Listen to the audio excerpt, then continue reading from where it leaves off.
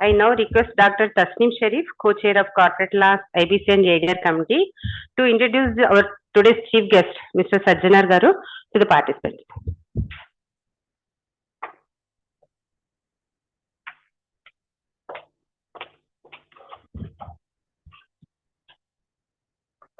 The strength of a nation lies not in the wealth or power. The strength of a nation lies not in the wealth or power, but in the integrity and courage of those who safeguard its people. Good afternoon, everyone. This is Dr. Tasneem, co-chairperson of the committee, and a very warm welcome to honorable guests, distinguished delegates, and esteemed audience, MC members, and past presidents. It is my absolute honor to introduce our chief guest for today. IPS Vishwanath Channappa Sajjanar is a 1996 batch officer from Hubli, Karnataka. He is an alumni of KLE Society, GJ College of Commerce, Hubli, and Kasoli Institute of Management Studies, Karnataka University. Sajjanar is a paragon of commitment and courage in his illustrious career. Known for his community-centric policing, Sajjanar has been at the forefront of fighting crime, especially crime against women and children, economic frauds and cyber crimes, and ensuring justice, socio-economic barriers. His proactive stance against fraudulent MLM schemes marked him as a pioneer in tackling economic crimes in India. Throughout his service, he held pivotal roles. ASP, Assistant Superintendent of Police in Warangal District, Kadapa District. All these districts are crime-prone, faction-ridden, and extremist-prone. He also worked as a Superintendent of Police, Economic Offence Wing, CID, AP State, and also SP Organization for Countering Terrorist Operation. It's a very difficult word, sir.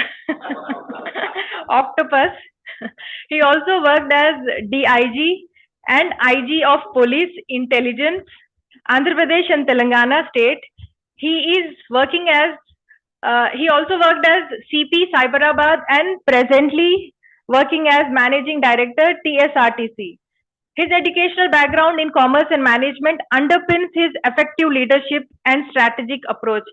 After reading this, I'm sure no one in the family argues with sir.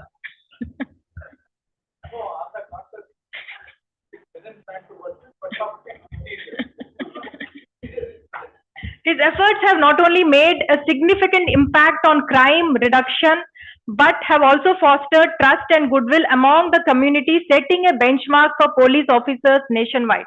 Without further ado, please join me in welcoming IPS Sajjanar sir, whose insights and experiences will undoubtedly leave us enlightened and inspired.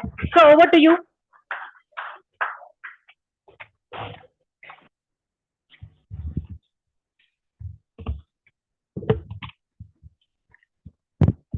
వేదిక పైన ఉన్న FTCCI president Suresh Kumar Singhal, మన KK Maheshwari vice president, senior vice president, my dear friend Ravi Kumar, Naresh Chandra గెల్లీజీ, and Jawad, President, International Arbitration and Mediation Center, other speakers, Chartered Accountant Sharad Kumar, who has been a guiding force beyond us, especially dealing with economic crimes. He has been our advisor and all with many police organizations, including CBI and other investigating agencies. Aruna Ravi Kumar, past presidents and also senior members of FTCCI. Our advisor and who has guided us, the TSRTC, into profit-free, Srinath Babu sir. Invitees, media friends, good afternoon everybody. Andarki per namaskaralu. So I feel honored to be amongst you all and inaugurate this session on a very, very relevant topic, navigating corporate failure and digital frauds, pathways to success. appreciate FTCCI for organizing this insightful conference. I thank all the senior leadership of FTCCI and especially my dear friend Ravi Kumar for inviting me to inaugurate this conference. ప్రపంచ వ్యాప్తంగా కూడా చాలా technology development జరుగుతుంది. Rapid technology advancements and global financial uncertainties have made business ever challenging. నేను police officer అయినప్పుడు business గురించి I did not bother much about business, but after joining TSRC I could see that how businesses grow, what are the challenges. Hats off to all the businessmen of this country and state for building this country and the state. It's a very, very tough job. People think that wealth can be made and all, but a lot of efforts should be there to make that wealth also and build the organizations. Even though while corporate failures have always been a reality, the rise of digital frauds has further compounded the risks, making it necessary for organizations to adopt robust strategies for preventive and sustainability. Corporate failures doesn't happen overnight. It happens because of multiple factors converging over time. Those include the poor leadership, financial mismanagement, lack of governance, ethical breaches, failure to adapt to market changes. We have many examples not only here in this country but also all over the world. Some of the thriving companies collapsed due to different reasons which I have said above. Enron, the famous Lehman Brothers of 2008, the famous and the infamous Kingfisher Airlines, S Bank, and our homegrown company Satyam. I think sir knows more about the fraud, Sharat sir. And some of the companies also, most successful companies have encountered failures. It's not that they have always been successful, but they also encountered various challenges. But they always use those challenges, they use their setbacks into making them successful. ITC, which was only known as a tobacco company, which was only manufacturing cigarettes, but it realized that over a period of time, the market might come down and it might face a lot of legal challenges and all. So now almost it's in all the fields, ITC. I think in 1980s or 90s, ITC had a big challenge from the famous Nirma. I think Nirma advertisement was one of the famous in the 1980s and 90s. They successfully, because I read recently about their story, they reinvented the surf and they again could gain whatever the lost market to the Nirma. Then we have the Tatas who took over the joggers and made it as the successful company. And also Tatas took over the ailing Starbucks India, and now it is one of the successful ventures of Tata company. And some of the companies also have failed to adapt to the challenges. You know the famous story of Nokia, BlackBerry. And also, we have some companies who could also innovate, reinvent themselves, but somehow because of the internal challenges, because of the fear of the market, they could not. The famous is the Kodak example. It was the first company to invent the digital camera, but somehow it felt that it is going to lose the film market, basically the film-based photographs and all, and the market. So it did not promote the digital camera market, and ultimately that market was gained by Nikon and Canon, and ultimately again it has to reinvent itself. So coming back to our own story, I think you must have all seen, or some of you must have grown with the red buses and the metro buses and the ordinary expresses of the Hyderabad city and all over the state. TGSRTC was facing a lot of problem, especially since last about 4-5 years. We had the historical strike by the employees in 2019. It was for 55 days, one of the biggest strikes in the state which has seen.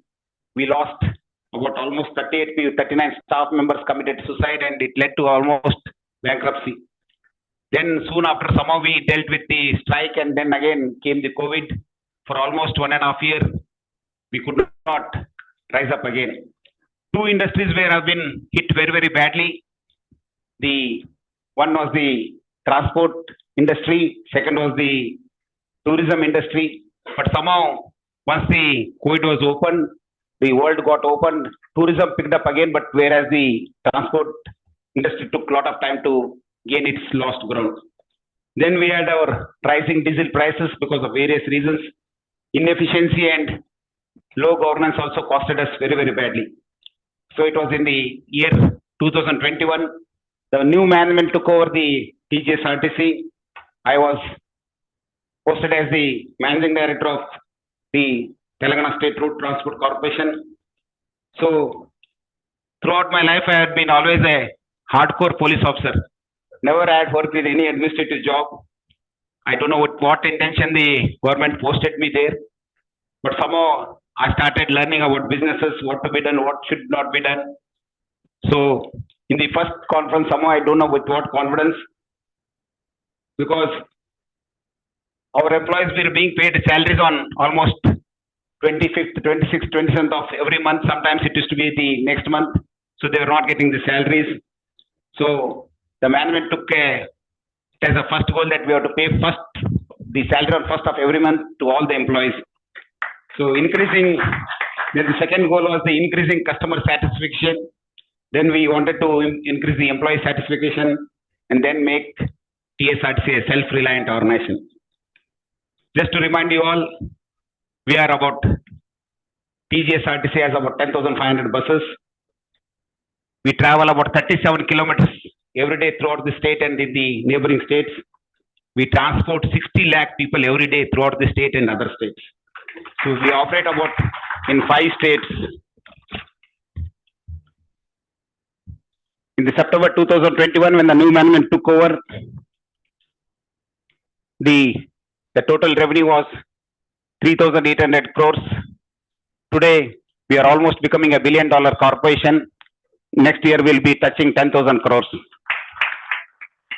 From a loss of 2,329 crores, today almost we are on the verge of making profits. Historical transformation has happened in this corporation. I would like to thank Sri Trinath Babu sir, who is heads the Hamsa Equity Partners, along with Sunil Regula, has helped us in this transformation. We had a SDP almost for now till almost 3.5 years now. Every month they come. Earlier it was almost every week or every 15 days, but now every month they come and review our balance sheets, our P&L account, what's happening, what are the new initiatives and all. I am proud to say that because of their guidance and because I've been, as I told you, I've been a very, very hardcore police officer, never understood business and all. So I've always seen the business from outside. So these two people have really guided us, and today TSRTC is in a very, very good position because of the guidance by Trinath Babu sir and Sunil Regula sir. Thank you very much sir for the guidance. So always I felt that throughout my life as this one, that nothing is impossible in this world. Only thing we require is passion, commitment, determination and hard work. So that's how, because of that, we took all our people, the employees. We have about 50,000 employees in our corporation.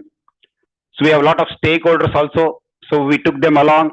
We conducted a lot of meetings with them. I personally used to address all the 50,000 employees every 15 days, telling them about what's happening in the corporation, what will happen in the corporation.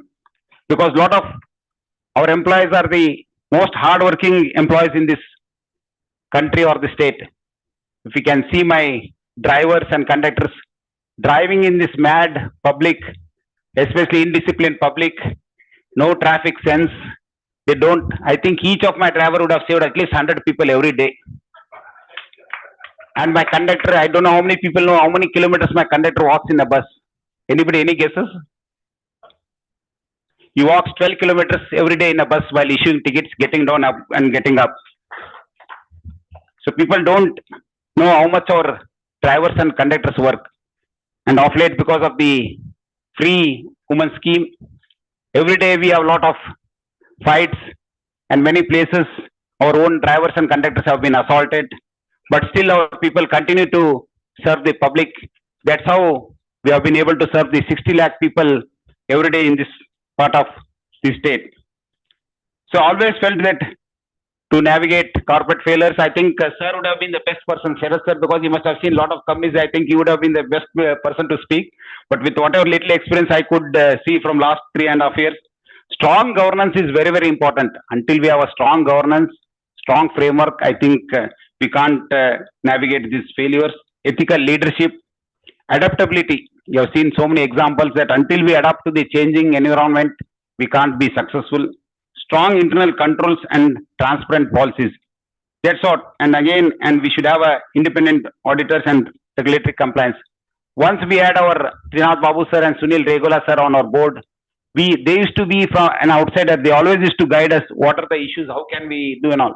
I think when we could not pay the salaries on the first of every month, it was one little advice given by Trinath Babu sir that with a little bit of financial engineering, we paid as told, we paid the first salary on 1st of October, and that was the beginning. Till now, we are not even defaulted once. So every month we give first of come what may. That's little bit of financial engineering we made, because our people are the most hardworking, but and also they come from the very, very low strata of the society. So for everybody, the salary is very, very important. So they always look, and from there the positive and the motivation started, and then there was no looking back for this company. Also, parallel to this corporate failures, digital fraud also has emerged as a significant threat affecting business and individuals alike. I think because now we can't do away with the technology. It was in the 90s and 20s, we could still say that, oh no, technology, what it can do for us, what it can do for business and all, but now I think we can't do away with. Lot of dependencies there on technology. Because of that also we have witnessed increased cyber crimes, identity theft, financial fraud and data breaches. Rise of artificial intelligence, big data and digital transactions has increased the scope of cyber attacks, phishing scams, identity theft and insider frauds. Basically because of the digital transactions, and unknowingly also we leave a lot of our fingerprints. That's how the fraudsters are able to catch those data and they are able to cheat us. And also lack of awareness among the public also has costed us very, very badly. Even though day in and out, we have been, especially the police and the state governments and also the central government has been doing a lot of things, especially RBI of late has been doing a lot of awareness, but still there is a need to create more awareness. Again, single breach will lead to a lot of financial losses, reputational damage and legal consequences. I don't want to name the companies, but you must all be aware that many reputed companies from this state and also the country and the world have lost a lot of money, millions and millions of dollars to pay the ransom amount.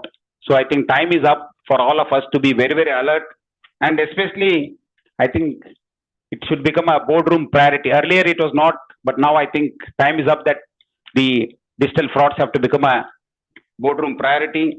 We have to adopt a very, very positive approach to mitigate this risk. I think until we make it as a priority item, yes, there is a problem. We can't, many people think that we can do away with these frauds, but it can't. I think it should be made as a priority item. We should review what all systems we are having, where are the loopholes. There has to be a complete audit of what's happening. Then only we can do away with all those things. Otherwise, small mistake. I know when I was working as the commissioner of police, a small email, one of the reputed companies, just without even cross verifying, he sent amount, almost it was about 30 crore rupees he lost. Without any verifying whether it is from a genuine vendor or not, some payment was due, that was correct, but somehow he paid that amount and ultimately after many days he could realize that he has sent it to a fraudster. So there are many, many cases, because you people deal in all crores. I think time is up for all you to, whoever the person is there, he has to be completely aware of all the things happening, and he also should know what's happening around the world also. I think we to navigate all this to prevent the digital frauds, I think three areas, key areas are there. Focus has to be on these three areas. The AI powered fraud detection and also real-time monitoring systems, blockchain for secure financial transactions, and multi-factor authentication and employee training. Training is one important thing. Many of, I feel that we don't do it. I think in all the areas, not only in cyber frauds or any government, everything in all areas, we should, there two things TGSRTC has invested very, very heavily since last 3.5 years. One has been on the health of the employees and second has been on the training. Come what may, training has to continue. My officers have gone to IIMs, I have gone to ISBs, I have gone to IMT, I have gone to Symbiosis, and we also have our own internal thing. Even though our people are not educated, our drivers are all less than 4th standard educated. Conductors are 10th standard, but still we ensure that at least they understand, they have a training almost 40 to 50 hours of training every year. So we had 3 sessions, we had last 2022 also we had a training session, 23, 24, 25, and continuously they have been trained. Not only that one, also in all the digital transformation we had, and also wherever there are exhibitions are there, wherever there are networking conferences, our people go and attend, so that they'll come to know what's happening, what are the new systems. Then only we'll start learning, and then only we'll start coming to know. So I think training is very, very important. And above all, leadership. I think committed leadership will play a very, very important role in steering organizations in dealing with all these setbacks. Even though, because their business has challenges, so whenever there is a setback, I think the leadership has to be very, very committed, very, very strong. So then only whatever setbacks are there, they can overcome. And also, it's not only these, whether the corporate failure or digital frauds are not just business risk. It's not only, they are also societal concerns, because the cost of inaction is very, very high. See, the collapse of Satyam company, I think it took many years to do away with the stigma attached to the state of Andhra Pradesh then, or the Telangana, and also to many companies, the way it happened and all. I think it's a societal concern. I think there is a need to have a collective responsibility in building stronger corporate frameworks, investing in cyber security, and also upholding ethical leadership. Many people don't want to invest, especially in the cyber security, because of late there are many companies are there, many solutions are there. Small, simple audit by which are the networking places, which all the things are there. I think that will ensure us that we don't commit any mistakes. So I think we should keep on investing very, very heavily in cyber security. I request the FTCCI to have a separate session on cyber security alone, which are the challenges, which are the cases. There can be some cases also. There are some good case studies, so that all the people will be aware, because nobody can isolate themselves from these cyber frauds. Everybody is vulnerable. Yeah, yes. Only Hyderabad, so that they can relate. They can relate, so that it will be very, very good. So I once again thank the president and all the esteemed members of FTCCI for calling me for this insightful conference. Sir, I assure you my continued support in building a thriving and fraud-resistant corporate landscape. So whatever help you require, definitely I'll be there if you want any guidance.